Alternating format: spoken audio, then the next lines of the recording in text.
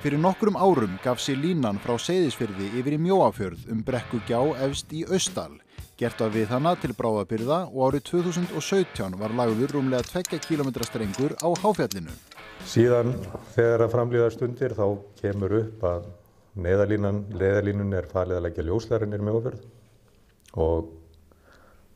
og það tekin ákvörðun að vera með þeim í þeirri framkvæmd og leggja 3 fasa rafmagn niður í Brekkuþorp í Mjóafirði. Þetta í rauninni síðasti kaflinn í þeirri framkvæmd í línuvinnu og strengvinnu. Þetta eini kaflinn, þetta spenn frá Brekkugjá og niður í Brekkudal, með það bil 400 metra fall, 900 metrar af vír og milli staura. Að þetta síðasti hlutinn í þessari framkvæmd í lögnum. En á næsta ári eigum eftir að klára tengibreytingar, skipta spennistöðvar og fleira í Mjóafirði til að klára þetta. Þá köllum við bara eftir þyrlunni. Það hljómar eins og söngur í mínum eyrum.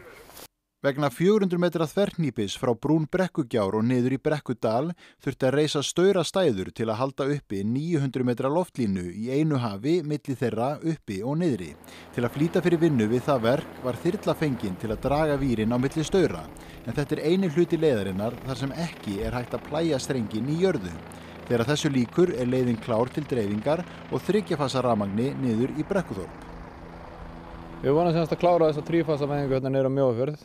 Og nú búið að klára að plægja strengi yfir allt fjallið og svo í dag vorum við að spenna þessa víra 3 niður fram að brúninni og niður í dalinn. Þessa 900 metra, 900 til 1000 metra spenn, 400 metra hækkun. Það erfitt að komast að þessu.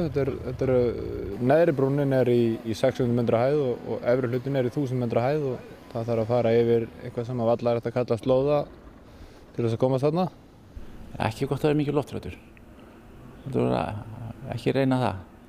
En þetta bara treysta tækjunum og pæla pínuti og passa því.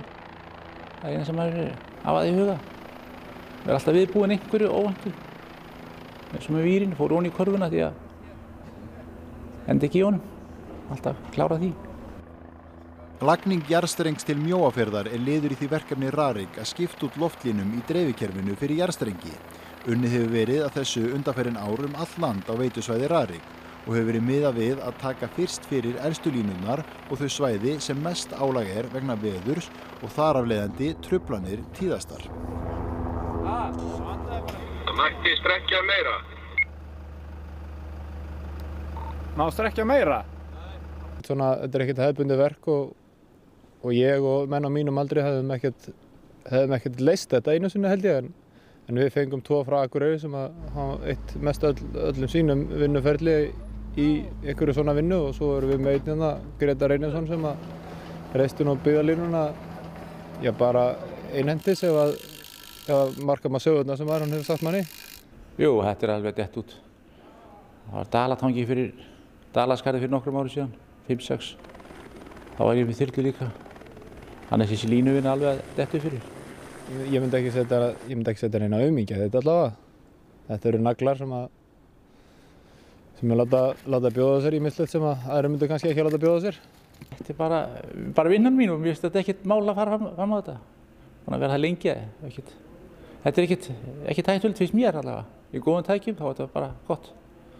Í dag hefur rúmlega 6.000 kílómetrum eða 65% af dreifikerfi RARIK verið lagt í jarðstrengi, en 35% eða 3.200 kílómetrar eru enn í loftlínum, miðað við að endurnýjun dreifikerfisins verið lokið fyrir árið 2035. Strenging spennsins þarna upp á brúnina gekk alveg hreint framar eiginlega öllum vonum. Þetta voru svona bjartsýnustu spár rættust, veðrið lék við alla og allt gekk upp. Dagarnir verði ekki öllu betri heldur en þessi. Þetta gekk vonum framar. Þetta var bara alveg eins og hugum hans, má segja. Þetta var bara nákvæmlega eins og maður var búinn að sjá þetta fyrir. Það var ekkert sem klikkaði, þannig að hann vinnaði á mig og þessum hálfum degi að reisa þarna 3.000 metra spenn.